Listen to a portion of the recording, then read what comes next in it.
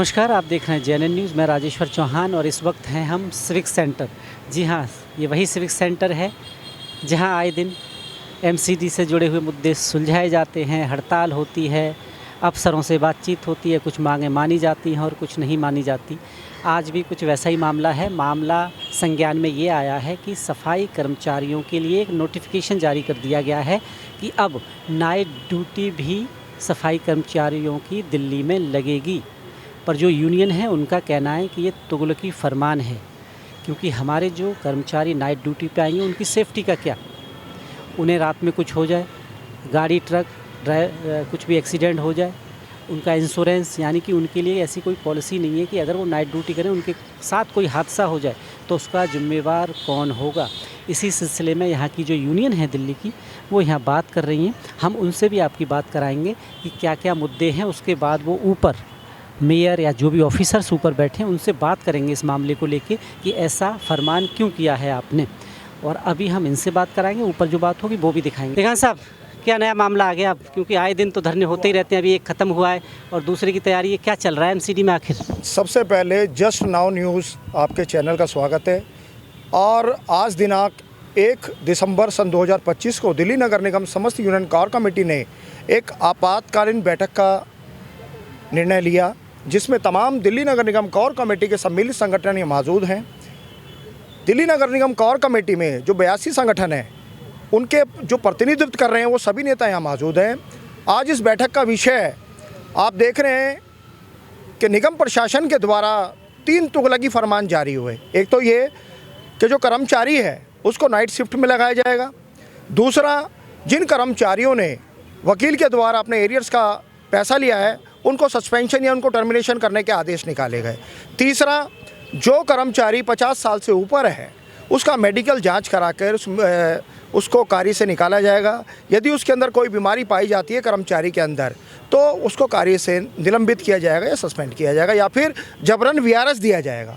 मामला 3 सब्जेक्ट का है। देखिए, दिल्ली नगर निगम कोर कमेटी इन तीनों ही कानूनों का, तीनों ही तुगलकी फरमानों का पुरजोर विरोध करती है, इसकी घोर निंदा करती है। पहले तो ये कि कर्मचारी रात्रि में ड्यूटी नहीं करेगा। आप देख रहे हैं धुंध का माहौल है, प्रदूषण का माहौल है। उसके बाद 10 बजे रात से और सुबह 6 बजे तक कर्मचारी अगर रोड पे झाड़ू लगाएगा तो मैं समझता हूँ, अगर कोई मोटर गाड़ी, अगर कोई कर्मचारी एक्सीडेंट हो जाता है या उसका कोई अंग भंग हो जाता है, इसका जिम्मेदार कौन है? दिल्ली नगर निगम या दिल्ली सरकार ये सुनिश्चित करें कि कर्मचारी की मृत्यु के पश्चात या उसके अंग भंग होने के पश्चात आप उसको कितने करोड़ रुपए का मुआवजा देंगे। ये कोर कमेटी मांग करती है दिल्ली के मेयर से, दिल्ली के मुख्यमंत्री से, व दिल्ली की यशस्वी आयुक्त महोदय अश्वनी कुमार जी से कम 5 करोड़ रुपए का कर्मचारी को मुआवजा मिले अगर उसकी मृत्यु हो जाती है। दूसरा, जो कर्मचारी आपने सस्पेंड किए हैं, टर्मिनेट किए हैं, वो उनका अपना पैसा है, उनके एरियर का पैसा है, उनके हक का पैसा है, उनकी गाड़ी कमाई का पैसा है। आप क्यों सस्पेंड करेंगे? यदि आप समय पर उनको एरियर देते तो मैं समझता हूँ कर्मचारी किसी वकील के पास नहीं जाता। तीसरा, कर्मचारी को कार्य करते करते यदि 40 साल हो गए हैं तो उनके शरीर में जो बीमारियां हैं वो उत्पन्न किसने की? दिल्ली नगर निगम ने। क्योंकि दिल्ली नगर निगम का जो सफाई कर्मचारी मलमूत्र का मंथन करता है, लेकर गली कूचों से राष्ट्रपति भवन तक को स्वच्छ करता है इन हाथों से। क्या दिल्ली नगर निगम के द्वारा कोई मेडिकल सुविधा है? क्या मेडिकल कैशलेस कार्ड है? आज कर्मचारी के अंदर किसी के अंदर ब्लड प्रेशर की कमी कोई मामला है या शुगर का मामला है, हाइपरटेंशन है, हेपेटाइटिस B है, हेपेटाइटिस C है, तो ये किसने दिया है? हम गंदगी भरा कार्य करते हैं। आज हमारी आंखों के रेटिना कमज़ोर हैं, हमारे फेफड़ों में TB के लक्षण पाए जा रहे हैं, तो कौन जिम्मेदार है? आप ये बात कह रहे हैं कि हम इनको VRS देंगे। क्यों देंगे आप VRS? लेबर लॉ में किसी भी कानून में ये नहीं लिखा हुआ, यह मिलिट्री नहीं है कि अगर घोड़ा लंगड़ा होगा तो आप उसको गोली मार देंगे। इसको बर्दाश्त नहीं किया जाएगा। देखान साहब, अभी थोड़े दिन पहले ही मैंने DMC कमिश्नर जो है उनका मैंने इंटरव्यू किया। उन्होंने कैमरे पे कुछ अलग और आपके साथ कुछ अलग डील होती है क्या? क्योंकि कैमरे पे मैंने ये जो सवाल आपने उठाया था कि MCD में ऐसे कर्मचारी हैं जो रिटायर हो गए, उनको उनका पैसा नहीं मिलता, 3rd पर्सन की उन्हें ज़रूरत पड़ती है अपने पैसा निकालने के लिए। तो उन्होंने ये कहा कि नहीं, अभी तक सरकार चेंज थी, फंड नहीं था। तो मैंने कहा अब तो आपकी सरकार है, तो वहाँ उन्होंने कहा कि नहीं, सबको मिलेगा पैसा। तो 2 बयान चलते हैं क्या? एक मीडिया के लिए और आप लोगों के लिए अलग होता है क्या इनका? देखिए, भारत का कानून 2 प्रकार का है, अमीरों के लिए अलग और गरीबों के लिए अलग। हमारी जो सुनवाई की जाती है वो कोर्ट में भी नहीं की जाती। हाई कोर्ट चले जाएं, सुप्रीम कोर्ट चले जाएं, लोअर कोर्ट चले जाएं, हमारी कोई सुनवाई नहीं है। मैनेजमेंट का वकील जाता है, कमिश्नर साहब कोर्ट में जाते हैं तो हमें दोषी ठहराया जाता है। अगर हमने अपने एरियर का पैसा वकील के द्वारा, अपनी न्यायपालिका के द्वारा अगर हमने ले लिया है तो क्या गुनाह किया है? हमारे एरियर का पैसा, हमारे वेतन का पे डिफरेंस है वो। कानून के तहत इन्होंने उनको टर्मिनेट किया है, क्योंकि अपना ही पैसा, और ये तो आज से नहीं, ये तो पहले से चला आ रहा है कि जब आप नहीं दोगे तो किसी लॉयर की ज़रूरत पड़ेगी उन्हें निकालने के लिए। देखिए, हमारे दिल्ली में वकीलों की जो क्वालिटी है वो भी सेम नहीं है। किसी के अंदर ज़्यादा गुणवत्ता है, किसी के अंदर ज़्यादा क्वालिटी है, किसी के अंदर ज़्यादा कैलिबर है, किसी के अंदर कम कैलिबर है। यदि किसी वकील के पास हमने केस डाला और 3 वर्ष बाद भी हमारा वो एरियर नहीं दिला पाता है तो हम क्या करेंगे? अगले वकील के पास जाएंगे। जैसे अगर पहला डॉक्टर हमारा उपचार सही मायने में नहीं कर पाता तो हमें अगले डॉक्टर के पास जाना पड़ता है। हमारे आज कौन से कानून में लिखा हुआ है? कॉन्स्टिट्यूशन में क्या ये प्रोविज़न है कि यदि एक वकील काम नहीं करता दूसरे वकील के पास नहीं जाना चाहिए? क्या वो वकील किसी दूसरी न्यायपालिका में जाएगा? क्या वो वकील किसी इंग्लैंड की न्यायपालिका में जाएगा? कोर्ट एक है, वकील 1000 हो सकते हैं। मेरा साहब, एक और मामला चल रहा है। उन्होंने ये कहा कैमरे पे कि हमने 4000 से 5000 के आसपास जो अस्थायी कर्मचारी थे उनको पक्का किया है। सच्चाई क्या है कि मैं हर वार्ड में जाके कवर करके आया हूँ, वहाँ कुछ और है। वहाँ मैं पूछता हूँ क्या नंबर आया आपका, वो कहते हैं अभी तक तो नहीं आया। ये कौन से लोग हैं जिनको कंफर्म किया है? अभी तक समझ नहीं पा रहे हैं। मेरी स्टोरी तकरीबन 7 लाख लोगों ने देखी और मुझे कश्मीर से कन्याकुमारी तक कॉल आए। सोचिए कि कश्मीर से, जम्मू कश्मीर से भी कॉल आया कि सर ये कहाँ का हो रहा है। मैंने कहा ये दिल्ली का है। पता नहीं लग पा रहा है लोगों को कि सत्य क्या है आखिर। क्या वाकई पक्के हुए हैं? ऐसी हवाबाजी है अभी ऊपर। देखिए, 4000 कर्मचारी पक्का हुआ है। सबसे पहले ये जानना जरूरी है, हमारे आंकड़े इतने साफ होने चाहिए कि भाई वो कौन से कर्मचारी हैं जिनका नियमितीकरण हुआ है। अभी 98 से लेकर 2000 मार्च तक का बैच आरंभ है, लेकिन 1996-97 जो लेफ्ट आउट कर्मचारी हैं जिनके नंबर ही नहीं आए आज तक, किसी के नाम में फ़र्क है, किसी के स्पेलिंग में फ़र्क है, किसी के रिकॉर्ड में फ़र्क है, किसी की सीनियरिटी लैप्सेस है, अभी तक वो कर्मचारी पक्का नहीं हुआ है। वो हज़ारों कर्मचारी हैं जो इस उम्मीद पर जिंदा है कि एक बार उनको भी पक्का किया जाएगा।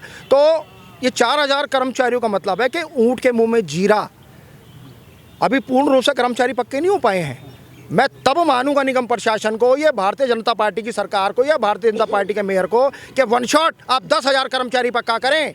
जब हाउस आपका है, स्टैंडिंग कमेटी आपकी है, रेजुलेशन आपका है, प्रधानमंत्री आपका है, गृह मंत्री आपका है, लेफ्टिनेंट गवर्नर आपका है, तो उसके बाद आप कर्मचारी को पक्का करना क्यों नहीं चाहते? कहीं ना कहीं करनी व कथनी में फ़र्क है, नियत में फ़र्क है। आपको स्पष्ट करना होगा कि आप कर्मचारी को पक्का करना चाहते हैं या नहीं करना चाहते। अभी जो 3 मुद्दे लेके आप ऊपर जा रहे हैं, उसके बाद अगर बात बन जाती है तो ठीक है, वरना आंदोलन की तैयारी होगी, फिर बड़ा आंदोलन होगा इन तीनों मुद्दों को लेके, ये जो अभी आपने बताए, नाइट ड्यूटी और ये सब को। देखिए, हम मेयर साहब के पास जा रहे हैं क्योंकि वो दिल्ली के प्रथम नागरिक हैं और इस निगम के मुखिया भी हैं। अगर हमारी बात नहीं मानी गई तो ये दिल्ली नगर निगम कोर कमेटी ऐलान करती है कि दिल्ली में स्लो टू डाउन होगी, जिसकी समझ जिम्मेदारी निगम प्रशासन की व दिल्ली सरकार की होगी। क्या नाम है आपका? SK चौधरी मेरा नाम है। कैसे देख रहे हैं एमसीडी से जुड़े हुए परेशानियां खत्म होने का नाम नहीं ले रही हैं? एमसीडी के जो सफाई कर्मचारी थे वो ये सपना देख के अलविदा बोल गए बहुत सारे, पर यहाँ सरकार आती हैं और जाती हैं और झुंझुना पकड़ा देते हैं कई बार। नहीं, मैं एक इशू है जो बहुत ही ख़तरनाक इशू है। लगभग 1200-1250 कर्मचारियों के जीवन की बात है और हमारे राजकुमार दिगांत साहब जो अध्यक्ष हैं उन्होंने सारी चीज़ें तो बता ही दी है, लेकिन मैं एक इशू आपके सामने उठाना चाहता हूं जो बहुत ज़रूरी है। देखिए, जो इन्होंने लिस्ट बनाई है जिन लोगों ने कोर्ट से जाके पैसा लिया है, ये कंटेम्प्ट ऑफ कोर्ट भी है कि एमसीडी कोर्ट की बात को नहीं मान रही है। क्योंकि कोर्ट में कर्मचारी गया, जज साहब ने पैसा पास किया, जिस टाइम वो मुकदमा चल रहा था उस टाइम इनका JLO जूनियर लॉ ऑफिसर भी होता है, उस टाइम इनका एमसीडी का, जिसको एमसीडी मोटी मोटी रकम देती है फीस वकील को, वो भी खड़ा होता है। तो ऐसी हालत में इन लोगों ने उस टाइम उस पर ऑब्जेक्शन नहीं किया कि भाई ये गलत पैसा मांग रहा है कर्मचारी, या एक कर्मचारी का वकील गलत रुपया मांग रहा है एरियर का। अब जब वो पेमेंट इन्होंने एमसीडी ने रिलीज़ कर दी तो अब ये कर्मचारी को दोषी ठहरा रहे हैं, जबकि वो तो उसने तो डायरेक्ट तो पैसा नहीं लिया ना, जज साहब ने आदेश किए एमसीडी को तब उसको पैसा लिया। तो इनको सबसे पहले तो कोर्ट में जाना चाहिए ना। ये एक मिनट सर, मैं क्लियर करूं अपनी पोजीशन। ये सीधा सीधा कोर्ट के खिलाफ मामला जा रहा है, जज साहब के डिग्निटी पे जा रहा है कि जज साहब ने जो ऑर्डर किए वो गलत तो नहीं कर सकते थे, क्योंकि उनकी नज़र में जो विपक्ष था, एमसीडी थी या JLO जो पेश हो रहे थे एमसीडी के अधिकारी, उन्होंने कहीं भी ऑब्जेक्ट नहीं किया कि भाई ये गलत पेमेंट लेने आए हैं। जब उन्होंने नहीं ऑब्जेक्शन किया तो उसको पेमेंट रिलीज़ हो गई। तो ऐसी हालत में एमसीडी के जो भी हैं अधिकारी वो कर्मचारी के पीछे लग गए। क्यों लग गए? क्योंकि वो एक तो बेचारा अनपढ़ है और अपनी लड़ाई लड़ नहीं सकता है। कानून, अब वो कोर्ट भी जाए तो कई लाख रुपए चाहिए उसको। तो ऐसी हालत में ये बिल्कुल सीधा सीधा कंटेम्प्ट ऑफ कोर्ट और शोषण का और एट्रोसिटी का मामला है शेड्यूल कास्ट एसटी एससी और एसटी एक्ट में भी। जो आपने कंटेम्प्ट की बात की ना, उसी के बारे में बोल रहा हूँ कि कंटेम्प्ट कोर्ट आज की बात नहीं है। ये भी कोर्ट ने कहा है कि 7 तारीख तक सैलरी आ जानी चाहिए। ये तो सालों से कंटेम्प्ट कर रहे हैं। कोर्ट की अवमानना जो लागू होती है वो सिर्फ आम लोगों पर। आप करिए अभी कंटेम्प्ट, शायद आप घर नहीं पहुँचेंगे, अरेस्ट पहले हो जाएंगे आप। पर इन लोगों के लिए कार्रवाई क्यों नहीं होती? बड़े बड़े अधिकारी या नेता वो साल भर हर दिन कंटेम्प्ट करते हैं कोर्ट का, उन पर कोई रूल रेगुलेशंस लागू नहीं है। आप सही कह रहे हैं, वो इसलिए नहीं होती कार्रवाई कि हम कंटेम्प्ट ऑफ कोर्ट में जाते नहीं हैं। लेकिन अब दिल्ली नगर निगम समस्त यूनियन कोर कमेटी अपने लीगल सेल के द्वारा कंटेम्प्ट ऑफ कोर्ट में जाने की तैयारी कर रही है, जिसका भुगतान एमसीडी को बहुत बेहतरीन ढंग से करना पड़ेगा। किसी भी हाल में एक भी सफाई कर्मचारी का दिल्ली नगर निगम समस्त यूनियन कोर कमेटी, जिसके अध्यक्ष राजकुमार दिगान हैं, वो किसी भी हाल में सहन नहीं करेंगे। हमारे सभी साथी 82 हमारे जो संगठन हैं वो तैयार हैं। हम लीगल लड़ाई लड़ेंगे, दिल्ली हाई कोर्ट के अंदर सीधे जाएंगे, क्योंकि ये करोड़ों रुपए का मामला है। अगर किसी ने गलत लिया है तो ये कोर्ट में बताए ना, कोर्ट ऑर्डर करेगा कि ये वापस करो। ऑर्डर के हिसाब से रिलीज हुआ है ना पेमेंट। कौन होते हैं उसको टर्मिनेट या सस्पेंड करने वाले? गलत है। अभी मेरी 2 बहनें यहीं खड़ी हैं, नॉर्थ सादरा जोन की, ये परमानेंट कर्मचारी हैं। दूसरी ये महिला है, ये नॉर्थ सादरा जोन की हैं। ये कच्चों में है। नोटिस दिया है, क्या बताया नोटिस में कि किस वजह से नोटिस दिया है? डाल रखा है कि केस डाल रखा है, 2 डबल केस डाल रखे हैं, इस वजह से दिया है। कोर्ट में गए हैं इस वजह से, बताइए।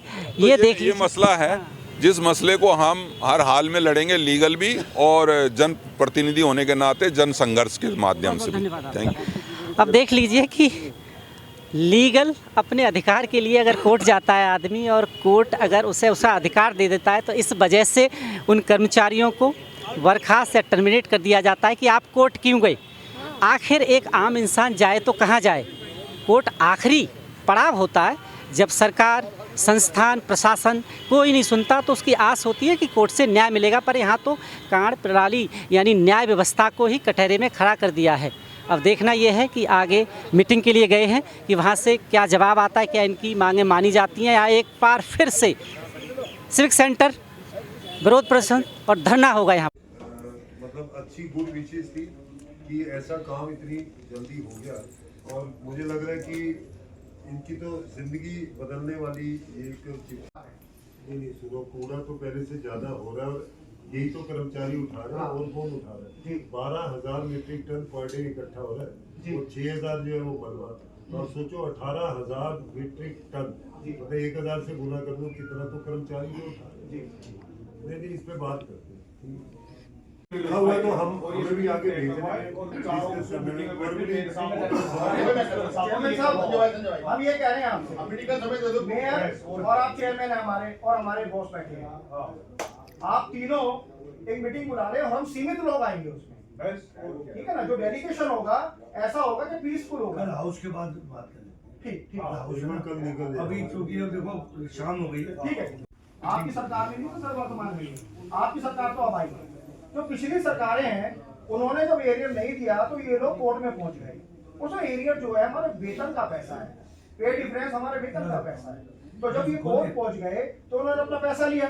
अब अगर 3 साल में किसी वकील ने पैसा नहीं दिलाया और चौथे साल दूसरे वकील के पास चले गए, तो कमिश्नर साहब ये कह रहे हैं कि आप डबल क्रॉस कर रहे हैं, जबकि पेमेंट एक हुआ है ना कि 2 पेमेंट हुआ है। ऐसे ही कुछ कर्मचारी जो 1185 कर्मचारी साहब, उनको अभी हाल ही में उनको टर्मिनेट या सस्पेंड किया गया। हम कहां जाएं? 1185 लोगों के साथ सर वो डबल केस की वजह से, डबल केस की वजह से। और ये ऑर्डर जरा ऑर्डर दिखा दीजिए। पेमेंट नहीं मिली है। अच्छा पेमेंट नहीं लिया है मिली है नहीं, तो जब मिल गई तो वो मुकदमा खत्म कर लेना चाहिए। नहीं था उनको। मैं आपको बता कि ये सिस्टम जो है इनको सजा देने के बजाय सर आपका सरकारी वकील भी था, वहाँ जेएलओ भी था, सर उनको भी सजा दो। इनकी क्या गलती है सर? क्योंकि वो तो जज साहब ने पास किया है, अगर बिल पास किया है। नहीं मेरे 2 मिनट समझने की उससे कर दो कि जब एक दो केस करती है, एक में जो है कंपनसेशन मिल गया तो दूसरा विड्रॉ करना चाहिए। नहीं, उसमें कुछ ऐसा है सर, जैसे एक बार साइन करा लिए पेपरों पे, वही पेपर वही वकील दोबारा भी लगा देता है, इनको पता भी नहीं। आपने रुतबा हासिल किया है वो अभी तक किसी भी चेयरमैन ने नहीं किया। जब से आप आए हैं यहाँ उन्नति भी हुई है, प्रगति भी हुई है, रेगुलाइजेशन भी हुआ है। आपके ही मुखमंडल से 4000 कर्मचारी पक्का हुआ है। दिल्ली में आपकी वाहवाही है और ये जो उपचुनाव है कहीं ना कहीं इस पर इस चीज का प्रभाव पड़ेगा। चेयरमैन साहब, ये परिवार थोड़ा सा परेशान है क्योंकि रात्रि की जो ड्यूटी नाइट शिफ्ट जो लगाई गई है उसमें थोड़ी सी परेशानी ये आ रही है कि जैसे सर्दी का समय है। कैमरामैन रवि कुमार के साथ मैं राजेश्वर चौहान, धन्यवाद।